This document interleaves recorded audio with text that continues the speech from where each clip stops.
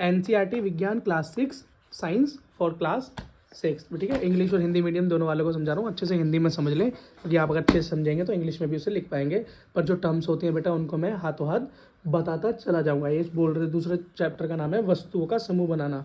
देखो ऊपर क्या लिखा हुआ है बेटा, शॉर्टिंग मटेरियल इनटू ग्रुप्स। इसका मतलब है एक जैसी चीज़ों को एक साथ रख देना, एक जैसी चीज़ों को एक साथ रख देना। तो बेटा इसका क्या मतलब हुआ, एक जैसी चीज़ों को एक साथ रख देना।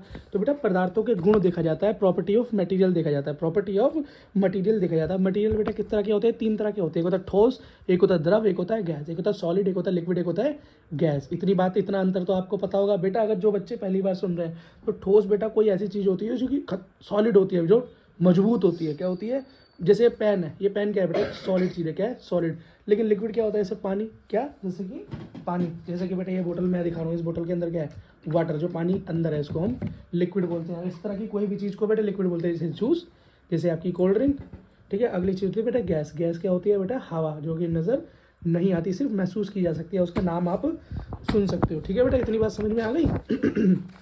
तो बेटा एक जैसी चीज़ों को एक साथ करना है, यही आपका चैप्टर है, क्या, यही आपका चैप्टर है। तो बेटा दिखावट के अंदर ठोस को कैसे पहचानोगे, तो बेटा सबसे पहली चीज़ होती है हार्डनेस। क्या होती है, हार्डनेस, क्या होती है, हार्डनेस को बोलते हैं बेटा कठोरता। कौन कितना कठोर है, कौन कितना कठोर है बेटा, उस तरीके से हम डिफाइन करते हैं। जो कि सॉलिड होगा, जो कि ठोस होगा, वो बेटा कठोर होगा। क्या होगा, कठोर होगा। सॉलिड कैसा होगा बेटा, सॉलिड तो कठोर होगा ही होगा, हार्ड होगा। बेटा आयरन क्या है, लोहा, क्या, लोहा मतलब आयरन क्या है, ठोस है, हार्ड है, सीधी सी बात हो गई। पत्थर क्या है बेटा, पत्थर मतलब स्टोन, क्या, स्टोन क्या है, हार्ड है, कठोर है, ठीक है बेटा। इस तरीके से हम एक साथ रखेंगे। अगली चीज होती है बेटा सॉल्युबल और इनसॉल्युबल, मतलब घुलनशीलता। क्या, घुलनशीलता या घुलनशील, सॉरी घुलनशील मतलब कोई चीज़ घुल सकती है, या सॉल्युबल है या इनसॉल्युबल है। देखो बेटा इस तरफ देखो, जब मैं इस तरफ हाथ दिखाऊं तो हाथ की तरफ दिखाओ। सॉल्युबल या इनसॉल्युबल हिंदी में बोलते हैं बेटा विलय या अविलय। अविलय का मतलब क्या, जो घुल जाए, अविलय का मतलब जो ना घुले। अगर मैं बेटा पत्थर को एक पानी के बीकर में डाल दूँ, क्या वो घुल जाएगा, नहीं घुलेगा। लोहे के टुकड़े को पानी में डाल दूँ, क्या घुल जाएगा, बेटा नहीं घुलेगा। लेकिन अगर मैं चीनी को, किसको दिखाओ इधर, चीनी को, क्या, चीनी को, जिसको मैं शुगर कहता हूँ, अगर उसको एक बीकर में पानी में डाल दूँ तो वो घुलेगी नहीं, घुल जाएगी। वो क्या है बेटा, चीनी भी ठोस है, पत्थर भी ठोस है, और लोहा भी ठोस है। ये भी सॉलिड, ये भी सॉलिड, ये भी सॉलिड, ये भी हार्ड, ये भी हार्ड, ये भी हार्ड। लेकिन घुलेगी कौन सी, ये वाली। तो अगली कैटेगरी क्या हो गई, अगली कैटेगरी ये हो गई कि जो घुल जाए तो घुलने वालों को एक साथ, ना घुलने वालों को एक साथ लगा देंगे, ठीक है।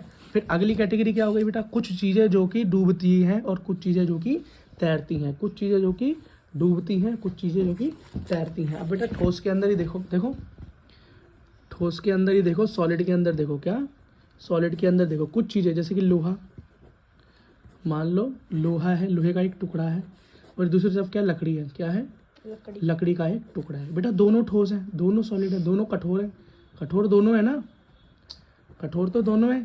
पानी में डालूंगा तो दोनों में से कोई भी नहीं घुलेगा, कोई नहीं घुलेगा, कोई सॉल्युबल नहीं है। लेकिन अगर मैं इसको बेटा पानी के अंदर डालूं, पानी पर डाल दूं, मान लो एक रिवर में डाल दिया, या पॉन्ड में डाल दिया, या स्विमिंग पूल में डाल दिया। ये मान लो एक पूल है, स्विमिंग पूल है, पानी से भरा हुआ है, पानी है इसमें। तो मैं जब लोहे का टुकड़ा डालूंगा तो वो नीचे बैठ जाएगा, मतलब डूबेगा नहीं। और लकड़ी का टुकड़ा डालूंगा तो वो इसमें तैरने लगेगा, क्या, तैरने लगेगा। वैसे बेटा ये घनत्व का सवाल है, अगर आपके अगले चैप्टर में मैं आपको बताऊंगा ये किसी का घनत्व के हिसाब से वो चीज़ डूबती या नहीं डूबती है, ठीक है बेटा। ऊपर रखो, थोड़ा सा अच्छे से समझ में आना चाहिए बेटा। नेक्स्ट चीज़ होती है हमारी पारदर्शिता। देखो पारदर्शिता, क्या, पारदर्शिता, पारदर्शिता को बोलते हैं ट्रांसपेरेंसी। पारदर्शिता का मतलब होता है जिसमें बेटा आर पार दिख सके, क्या, आर पार दिख जाए। जैसे कि शीशा, क्लीन शीशा, तुम्हारी कार का शीशा, तुम्हारे हेलमेट का शीशा, जिसमें तुम्हें आर पार दिख जाता है। अगली चीज़ होती है बेटा ट्रांसल्यूसेंट। क्या होती है, ट्रांसलूसेंट। इसको बोलते हैं बेटा सॉरी, इसको बोलते हैं बेटा पारभासी। पारभासी का मतलब क्या होता है, जिसमें से कुछ कुछ धुंधला धुंधला दिखे, थोड़ा ऊपर करो, जिसमें से कभी बेटा थोड़ा थोड़ा धुंधला धुंधला दिखे, ठीक है। और एक होती है बेटा अपारदर्शी। क्या, अपारदर्शी, क्या, अपारदर्शी। कैसे, क्या बोलते हैं बेटा सॉरी थोड़ा गला खराब है आज, ठीक है। होता है ट्रांसपेरेंट, होता है ट्रांसपेरेंट, और एक होता है ट्रांस लूसेंट, और एक होता है बेटा ऐसा ऑब्जेक्ट जिसके अंदर से बिल्कुल भी आर पार नजर ना आए, जिसके अंदर से आर पार बिल्कुल नजर ना आए, उसको बोलते हैं ओपैक।